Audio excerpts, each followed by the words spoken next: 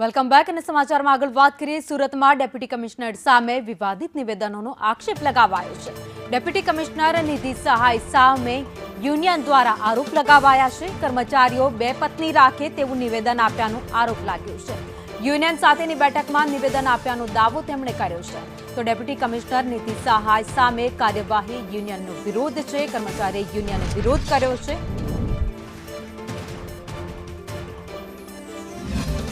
સુરત મહાનગરપાલિકાના કર્મચારી અને ગુજરાતના નાગરિકો માટે કે વ્યભિચાર એ લોકોના વિચાર ખોટા છે, બે બૈરી રાખે છે એવા એમણે શબ્દો વાપર્યા છે, જે ગુજરાતનું અપમાન છે।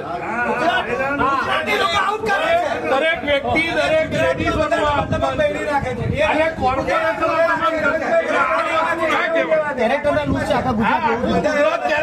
લૂઝ છે। આવા શબ્દો એક આઈપીએસ અધિકારી ના વાપરી શકે।